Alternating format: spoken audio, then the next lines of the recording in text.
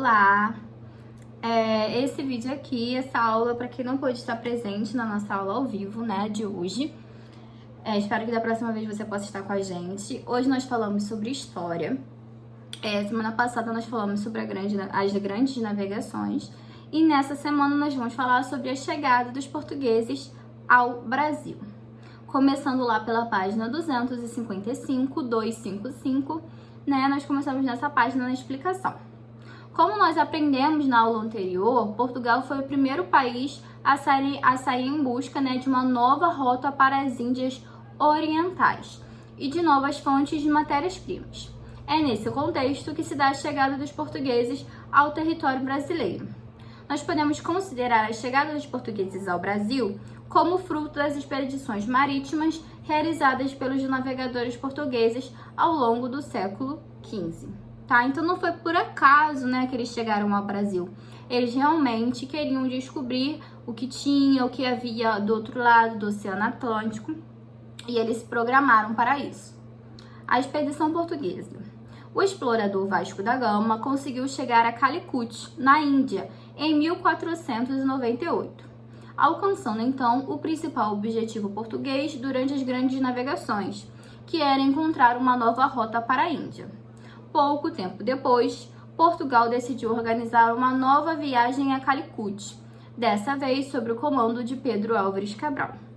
A primeira expedição liderada por Vasco da Gama havia sido um sucesso para Portugal, e por isso, essa segunda expedição, comandada por Cabral, teve um investimento ainda maior. Foi a maior expedição marítima que qualquer país da Europa já havia organizado. Comandada por Pedro Álvares Cabral, a esquadra era composta por experientes navegadores.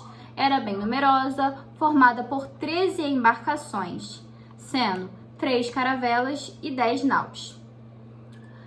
Vasco da Gama foi recebido com hostilidade pelo governo local de Calicut, por isso a esquadra de Cabral era tão grande. Então, como a expedição de Vasco da Gama foi recebida com hostilidade, não foi recebida com hospitalidade, eles foram recebidos assim,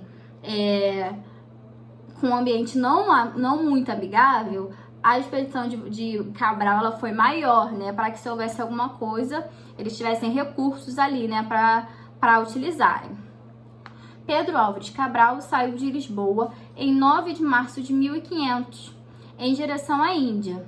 No entanto, recebeu ordens da coroa portuguesa para que primeiro cruzasse o Oceano Atlântico e checasse as terras que ali existiam. E caso as encontrasse, deveria tomar posse deles em nome do rei. Então, com essa expedição de Cabral para a Índia, ele recebeu a ordem de, antes de ir para a Índia, ele atravessar o Oceano Atlântico para descobrir o que tinha do outro lado desse oceano. E que se ele descobrisse terras, era para ele tomar essas terras em nome do rei de Portugal. Então, vocês podem reparar aí, no mapa da página 256, a linha vermelha representa a rota de Pedro Álvares Cabral, de Portugal à Índia, tá? E a linha azul representa a rota de volta. Então, ele saiu de Portugal, lá de Lisboa, antes passou aqui, né? Foi para o outro lado do Oceano Atlântico, que eles encontraram, né, a Bahia, lá em Porto Seguro. Depois, eles foram para a Índia, lá em Calicut, né? Na volta, não. Na volta, eles saíram de lá e voltaram, né, para Lisboa. Bom, vocês sabiam que por muito tempo se acreditou que os portugueses eles chegaram ao Brasil por acaso? Que eles descobriram que existia o Brasil assim, por acaso, por um erro de navegação? Essa teoria ela vem sendo desconstruída por historiadores, tá? Que após muitas pesquisas chegaram a uma conclusão de que os navegadores presentes na expedição de Cabral eram muito experientes, né, para que cometesse um erro de confundir a rota desse jeito. Além disso, a esquadra possuía mantimentos para mais de 18 meses, quer dizer, mais de 1 ano e meio, o que indicava que a expedição seria muito longa. Lá na página 257, começa a chegada ao Brasil e o contato com os nativos. A viagem da esquadra de Cabral durou pouco mais de um mês e em 22 de abril de 1500 desembarcou em Porto Seguro, no litoral da Bahia. Antes de desembarcarem, o primeiro sinal de terra avistado pelos portugueses foi um monte, o qual foi batizado de Monte Pascoal. Pouco tempo após o desembarque, Gaspar de Lemos, que era um dos experientes navegadores, que estavam acompanhando Cabral, ele foi ordenado a retornar a Portugal para informar a chegada de um novo mundo. Gaspar Lemos foi responsável para entregar a carta de Pero Vaz de Caminha, escrivão oficial da esquadra. Na carta direcionada ao rei, Caminha, que era o escrivão ali da esquadra, de todas as embarcações, conta as suas primeiras impressões sobre o Novo Mundo. Descreve a região litorânea, que é onde eles desembarcaram, na qual além de expor o contato inicial dos portugueses com a população nativa. Pero Vaz de Caminha registrou os índios em sua carta como puros e bons. Os índios que ocupavam o litoral da Bahia eram os Tupinambás e os Tupiniquins. E um pouco mais para o interior estavam localizados os Aimorés. O primeiro contato dos índios com os portugueses demonstrou a enorme diferença cultural entre os dois grupos. Os indígenas eles não se interessavam pelos alimentos que os portugueses carregavam nas embarcações, e os portugueses não conseguiam entender por que os índios não usavam roupas. A relação dos portugueses com os indígenas, nesse primeiro momento, antes do processo de colonização, vai ser apenas relacionada à extração das riquezas naturais. Então, ali, a relação dos portugueses com os indígenas vai ser para usá-los para a extração de recursos naturais.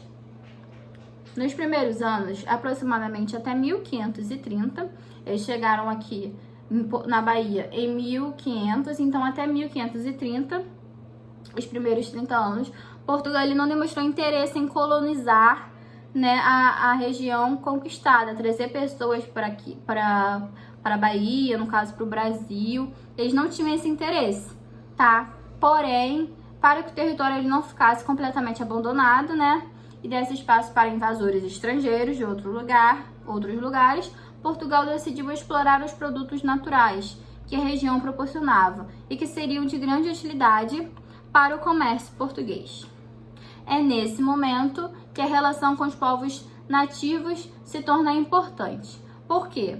A extração desses recursos naturais do Brasil, como as especiarias, sementes, ervas e principalmente o pau-brasil, acontecia através dos índios. Os portugueses eles não conheciam a região, eles não dominavam o processo de extração dos produtos, a extração dos recursos.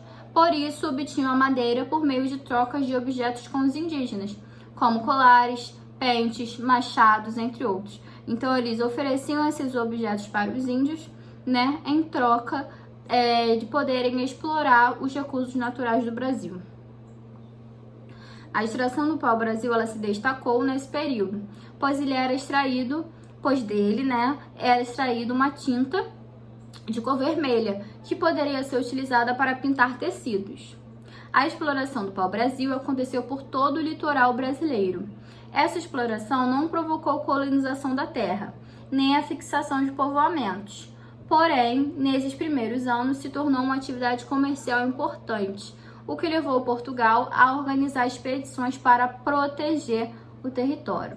Então, como eles viram, que esses recursos naturais eram importantes para eles, para o comércio deles, o que eles fizeram? Eles mandaram, mais expedições para proteger o Brasil, quer dizer, para que outros países, outras regiões não invadissem a terra que eles consideravam como deles, Então, para que ninguém mais pudesse explorar esses recursos naturais, eles mandavam outras expedições para que só eles pudessem fazer essa exploração, tá bom?